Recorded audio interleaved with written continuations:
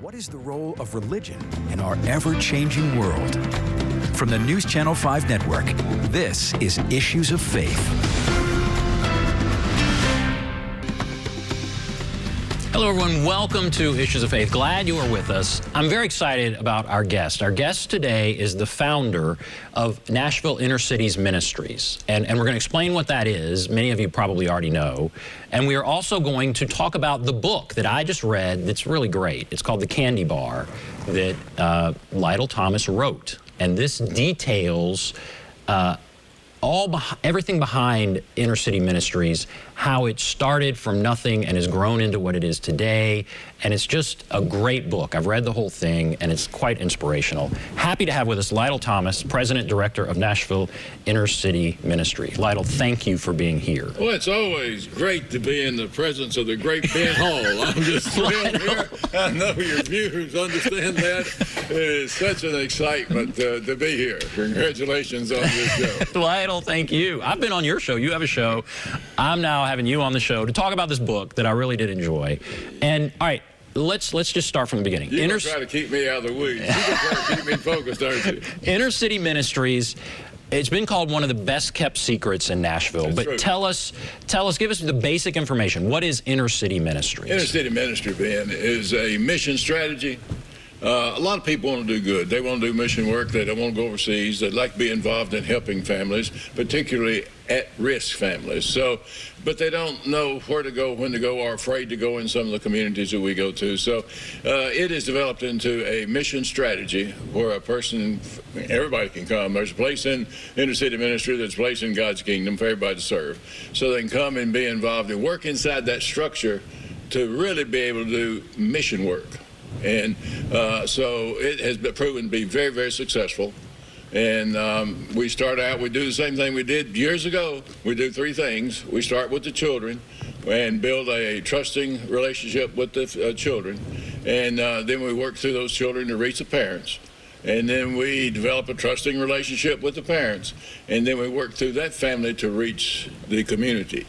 I believe strongly that God gave us a family first. He gave us a church to save the family. He gave us a government to protect the family. But the family is God's small group, and that's where a lot of people miss it.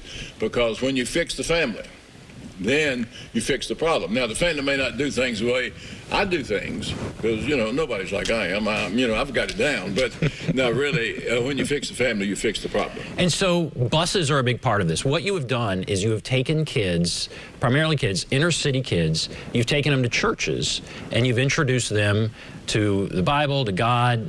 That's what you've done for years and years and years, and it's grown. And on the cover of the book shows how big it is. There's this huge facility now, the Lytle and Sandra Thomas Mall of Hope. Yeah. But so you see the buses. It's grown from one bus to what it is today. Correct.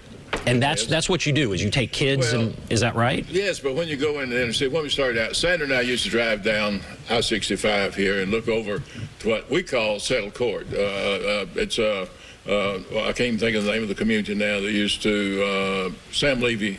I believe it was Sam Levy home. It's been torn down. Right. But it is. We look around, we'd see the children, hundreds and hundreds of children. They didn't have a way to go to Bible school. You got churches all over Nashville. These children did not have a way to go to Bible school. And so we would pray and we'd pray that God would make it possible for us to go reach those children. And those days, Ben, that's one of the things I put in the book, and I think it's just special. I prayed about it, but I didn't really expect God to answer that prayer. And so, but He did, and we was able to start teaching children and transporting children to Bible school. And there's something about it that I can't explain, and can't anybody explain except God. When you take children and you take them to where they can be in a loving environment with a teacher or a Christian parent, a mother, father, loving person, instructor, and build a healthy relationship with that child, it gives that child hope.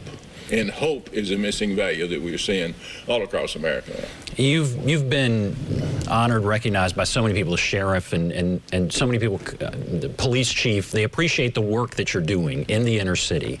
And you have these insights into the lives that many of the children there lead. In the book, you talk about when you were 13 years old, your life was going along just fine, and then your dad died. Yes. And you said, "I remember the empty, lonely feeling. It is a pain I see often in the eyes of the children in inner city communities today." So you're likening that, the pain you felt when your dad died, to the pain you see in the eyes of inner city kids. And it's really a greater pain because I still had my mother, and I'd had my father for 13 years. Now, losing a parent is tragic. And I remember when the hearse pulled out of the funeral home, headed to the cemetery, and I saw some fellows over on the sidewalk playing, just children playing, minding their own business, playing, and they were laughing. And I was thinking, how can they laugh at a time like this? You know, my world had gone upside down. It had been shattered. But I had my father for 13 years. Now think that about a child that father has deserted them. They've never had a father.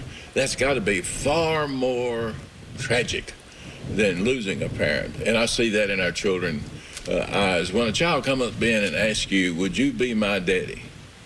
That's heartbreaking, because they're not talking to just call you daddy. They're not talking about that. They're talking about somebody that will have their back, that will come to school, that will check on them, that will help them financially, that will come to their ball games or whatever they're doing, that will be involved in their life. And that's what Inner City Ministry gives the opportunity for volunteers to come and take on that role. Now, some people just work in the ministry structure. But if you get out of if you're going to use the ministry structure, I hope I say this right, if you say that, get into the ministry structure to do ministry. Does that make sense? To get involved with families, to get involved with people's lives. And we've seen that happen over and over and over. And boy, that is powerful and can't be measured. Absolutely. And in the book, you talk about, you have Victoria talk about the pain of being a foster kid. You fostered a bunch of kids yourself, right. Something like 15, yes, right? Good kids. But I think so often we all live in our own worlds and we don't see beyond those worlds. And you have had this view into the lives of inner city kids, and I think that's what's so remarkable about the program is that you've worked to help them in so many ways. But what about the pain, you kind of touched on it, of being a foster kid? Well, Victoria, she goes by Victoria, she's Vicky to me, you know, she got older, she's now Victoria. She did the best job. I've interviewed, 5, 6, 7 foster children that I knew and tried to get them to put their heart on the screen, you know. So Victoria did. She told what it was like to be set on the front porch and family drive off and say, "We're not your family anymore." She can describe the pain of that. And it had a lifetime impact on her. She was in my office this morning, just broke down and started crying. Her life could never be what, I tried to be a good dad to her. She was a great child. All of my foster children have been special. They've been turned out. Talked to one of them last night. He's my oldest boy, and I'm so proud of him. He's done well. All of them have done extremely well, and by my standards, and they're not in jail yet, so they've done quite well, and they've been productive, and they've got families, and they're doing a good job taking care of their families, and that's just great. You have always said you were an unlikely person to be able to accomplish all this. I mean, again, you look at this Mall of Hope, it's an enormous operation. It's even gone beyond Nashville. But you were an unlikely person to do this. Absolutely. And you list some disabilities, that kind of thing. Why were you an unlikely person? Well, I have so many disabilities. And when I was in school, in high school, junior high, elementary school, I really understood I was not only the ugliest kid in school, I was the dumbest kid in school, and I really struggled. I really struggled with that. School was not a pleasant place for me, but when I would leave school and go back to the farm, man, I was in heaven. That was a great place, and then that all went away when the night my father died. But I had all kinds of disabilities, and so it is proven to me that there is a God, and not only is there a God, as I put in the book. When I went home on the last proof, when I proofed it last time, I went home and told Sandra, "Don't ever think you and I have done anything. It's all about God." And when I look at this and I see the Mall of Hope, I tried to keep my name off the building. I did not want her name on the building. And for 2 years, I got away with it. And I was in the hospital with a heart attack, and they called me. We was having a big catfish dinner. You've been there. Great place to be. And they called me on the phone and said they want to talk to you. They want to announce they're going to put your name on the building. I said, no, you don't announce that. Don't let them. And he said, yeah, they want to announce. I said, look, I'm in the hospital. I've got a heart attack.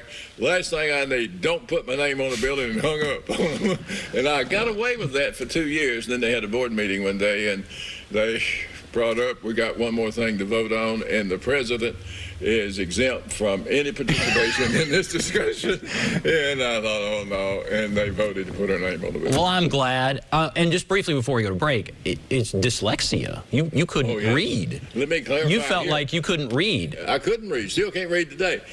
Darren Hall is the Regis called a Mall of Hope. When he came to sheriff, the people of Nashville, Davidson County have no idea what the sheriff's department is doing for this county. Now, Hall come in there, and he looked at what we was doing, and he helped us and his sisters and all the things he could do. And because we're working with, if we're successful, he doesn't get them. If we're not successful, he's getting them. So Darren said this thing, when we built this facility, or bought this facility and remodeled it, he said it's a mall of hope. And I thought, man, and Steve Flatt, Dr. Steve Flatt was on the board at that time, and he picked up on that phrase, and Buck Dozier, chairman of the board, they picked up on it. That's why it's called a Mall of Hope. And with this book, you want people to know that even if they have some disability, as unlikely as it is, there are things they can do that can make the world better. My disabilities prove to me, I've learned one thing in life. Your strength or your weakness can become your strength. And where you got a strength, you've also got a weakness. But my weaknesses became my strength, because most people do things themselves. That my disabilities forced me to build teams around me. And so I couldn't write, still I can't read. I'm the most unlikely person to write a book. I mean, it is amazing. And, you know, as I tell people, well, writing the book was a joy. It was a greater joy to live the book. And we'll talk about that more when we come back. So we're going to take a break, continue this discussion with Lytle Thomas right after this.